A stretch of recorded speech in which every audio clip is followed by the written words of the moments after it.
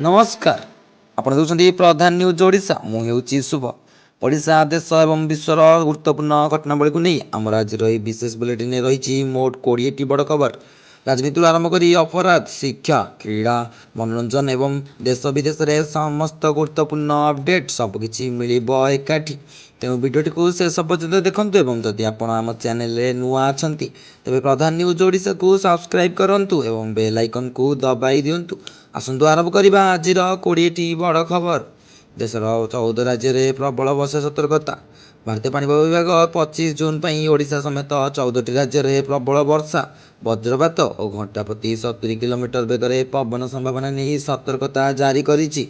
प्रशासन लोक मानू सुरक्षित रहिबा एवं अनावश्यक यात्रा एड़ाइबा परामर्श देइछि।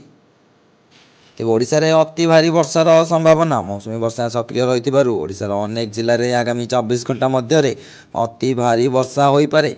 निम्नांचल में जलबंदी परिस्थिति सृष्टि होबार आशंका रही बेले जिला प्रशासन को सतर्क रहा कहुଯାଇଛି।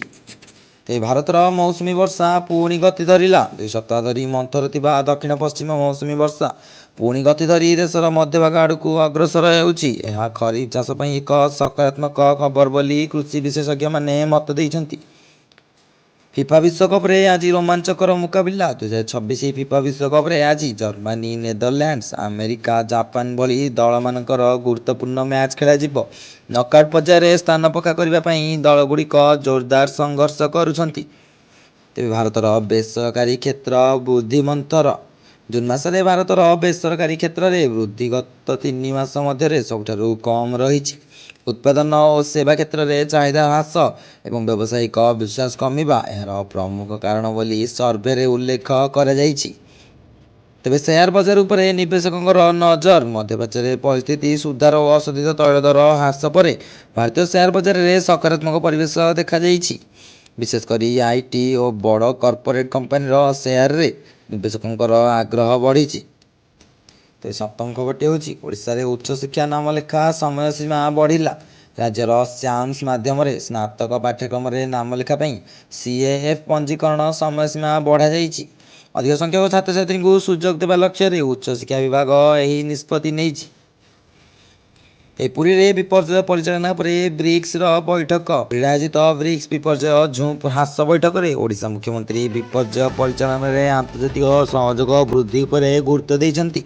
विभिन्न देशर विशेषज्ञ माने जोग देइछन्ति।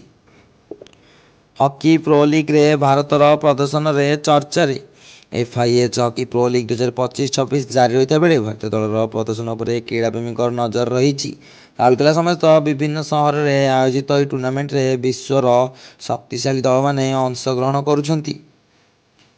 तो खबरटी हूँ पेट्रोकेमिकाल शिल्प को मिल पारे बड़ राहत भारत सरकार प्लास्टिक और औषध शिल्प में व्यवहृत केतक पेट्रोकेमिकाल सामग्री पर आमदानी शुल्क छाड़ को आहरी बढ़ाइबा विषय विचार करुछन्ति। यह शिल्प क्षेत्र को बड़ आर्थिक राहत दे पारे। खबरटी हूँ भारत अमेरिका वाणिज्य चुक्ति आलोचना जारी भारत अमेरिका मध्य अंतरीण वाणिज्य चुक्ति को नहीं नुआ दिल्ली में आलोचना जारी रही। कृषि शिल्प और प्रजुक्ति क्षेत्र में सहयोग बढ़ाइबा उपरे दुई देश गुरुत्व देउछन्ति। यह चुक्ति भारतीय रप्तानी को सुजोग दे पारे। धान चाष कार्य त्वरान्वित राज्य में भल वर्षा होगा पर चाषी मैंने धान बुणा और तली प्रस्तुति काम जोरदार करिसेंति। कृषि विभाग पक्षर विहन और सार जोगाण उपर नजर रखा जाउछि। चाषी मैंने भल अमलर आशा रखिछन्ति। फिफा विश्वकप रे नॉकआउट रेस रे रोमांचकर 2026 फिफा विश्वकप रे ग्रुप पर्याय शेष आड़क जाउथिबा बेले नॉकआउट पर योग्यता दौड़ को अत्यंत रोमांचकर होइछि। जर्मनी नेदरलैंड्स अमेरिका जापान भली दल निज स्थान सुनिश्चित करने को लड़ुछन्ति। ते भारतीय दल में रात्रि सुविधा वृद्धि भारतीय रेल देशर प्रमुख स्टेशन गुड़िक नूतन डिजिटाल सूचना व्यवस्था और आधुनिक प्रतीक्षालय स्थापन करुछि जहाँ यात्री सुविधा और परिष्कार परिच्छन्नता को आहरी उन्नत करने पर गुरुत्व दि जाउछि। तेज पुरी रथयात्रा प्रस्तुति चूड़ांत पर्यायर आसंता रथयात्रा पुरी प्रस्तुति जोरदार चली।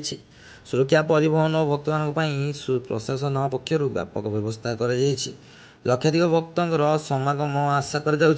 भारतीय शेयर बजार में सकारात्मक प्रवृत्ति विश्व बजार में तैल दर ह्रास और विदेशी निवेश बढ़िबा पर भारतीय शेयर बजार में सकारात्मक परिवेश देखा जायछि। निवेशक माने बैंकिंग और आईटी क्षेत्र में शेयर उपर विशेष ध्यान देउछन्ति। ତେବେ ଓଡ଼ିଶାରେ ଉଚ୍ଚଶିକ୍ଷା ଆଡ଼ମିସନ୍ ପ୍ରକ୍ରିୟା ଜାରି। ଚାମ୍ସ ପୋର୍ଟାଲ ମାଧ୍ୟମରେ ରାଜ୍ୟର ସ୍ନାତକ ପାଠ୍ୟକ୍ରମରେ ନାମ ଲେଖା ପ୍ରକ୍ରିୟା ଜାରି ରହିଛି। ଛାତ୍ରଛାତ୍ରୀଙ୍କ ସୁବିଧା ପାଇଁ ଆବେଦନ ସମୟସୀମା ବଢ଼ାଯାଇଛି। ଉଚ୍ଚଶିକ୍ଷା ବିଭାଗ ପକ୍ଷରୁ ଶୀଘ୍ର ମେରିଟ୍ ତାଲିକା ପ୍ରକାଶ କରାଯିବ। ତେବେ ଭାରତୀୟ ହକି ଦଳର ପ୍ରଦର୍ଶନ ଚର୍ଚ୍ଚାରେ। FIS ପ୍ରୋ ଲିଗ୍ରେ ଭାରତୀୟ ହକି ଦଳର ପ୍ରଦର୍ଶନ କ୍ରୀଡ଼ାପ୍ରେମୀଙ୍କ ମଧ୍ୟରେ ଚର୍ଚ୍ଚାର ବିଷୟ ପାଲଟିଛି। ଆଗାମୀ ମ୍ୟାଚ୍ଗୁଡ଼ିକରେ ଦଳ ନିଜ ସ୍ଥିତି ସୁଦୃଢ଼ କରିବାକୁ ଲକ୍ଷ୍ୟ ରଖିଛି। ତ ଆମର ଖବରଟି ହେଉଛି ଜଳବାୟୁ ପରିବର୍ତ୍ତନ ଉପରେ ବିଶ୍ୱ ଚିନ୍ତା ବଢ଼ିଲା। ବିଶ୍ୱର ବିଭିନ୍ନ ଦେଶରେ ଅତ୍ୟଧିକ ଗରମ ଓ ଅସ୍ୱାଭାବିକ ବର୍ଷା ପରେ ଜଳବାୟୁ ପରିବର୍ତ୍ତନକୁ ନେଇ ଚିନ୍ତା ବଢ଼ିଛି। ବିଶେଷଜ୍ଞମାନେ କାର୍ବନ ନିର୍ଗମନ ହ୍ରାସ ଏବଂ ସବୁଜ ଶକ୍ତି ବ୍ୟବହାର ବଢ଼ାଇବାକୁ ଆହ୍ୱାନ ଦେଇଛନ୍ତି। ତେବେ ଦର୍ଶକ ବନ୍ଧୁ, ଆସି ପହଞ୍ଚିଯାଇଛି ଶେଷ ଖବର, 20 ନମ୍ବର ଖବର। ଯେଉଁମାନେ ଭିଡ଼ିଓଟିକୁ ଏଯାଏଁ ଦେଖନ୍ତି ସେମାନେ ନିଶ୍ଚିତ ଭିଡ଼ିଓକୁ ଲାଇକ୍ କରି ଚ୍ୟାନେଲକୁ ସବସ୍କ୍ରାଇବ୍ ରଖନ୍ତୁ। ଏବଂ ଯେଉଁମାନେ ମୋର ପୁରୁଣା ଭିଉର୍ସ ଅଛନ୍ତି ଏ ଚ୍ୟାନେଲରେ ସବୁବେଳେ ଯୋଡ଼ି ହୋଇ ଅଛନ୍ତି ସେମାନେ ନିଶ୍ଚିତ ଭାବରେ ଜାଣିଥିବେ ଯେ କୌଣସି ଏକ କାରଣରୁ ଏବେ 2 ଦିନ ହେବ ନ୍ୟୁଜ୍ ଅପଡ଼େଟ୍ ଆସିପାରୁନଥିଲା। ତଥାପି ମୁଁ ଚେଷ୍ଟା କରିବି ଆପଣଙ୍କ ପାଖରେ ପ୍ରତିଦିନ ଓଡ଼ିଶା ଦେଶ ବିଦେଶର ସମସ୍ତ ଖବରକୁ ବରାବର ପହଞ୍ଚାଇବା ପାଇଁ। ଚାଲନ୍ତୁ 20 ନମ୍ବର ଖବରଟି ଜାଣିବା। AI ଓ ଡିଜିଟାଲ ଶିକ୍ଷାକୁ ପ୍ରୋତ୍ସାହନ। ଦେଶର ବିଭିନ୍ନ ଶିକ୍ଷାନୁଷ୍ଠାନରେ AI ଓ ଡିଜିଟାଲ ଟେକ୍ନୋଲୋଜି ଆଧାରିତ ଶିକ୍ଷାକୁ ପ୍ରୋତ୍ସାହନ ଦିଆଯାଉଛି। ଛାତ୍ରଛାତ୍ରୀଙ୍କୁ ଭବିଷ୍ୟତର ଚାକିରି ବଜାର ପାଇଁ ପ୍ରସ୍ତୁତି କରିବା ଏହାର ମୁଖ୍ୟ ଉଦ୍ଦେଶ୍ୟ। ଦର୍ଶକ ବନ୍ଧୁ, ଆମେ ଦେଖା ଅନ୍ୟ ଖବର ସହିତ ରହୁଛି। ନମସ୍କାର, ଜୟ ଜଗନ୍ନାଥ, ଜୟ ହିନ୍ଦ।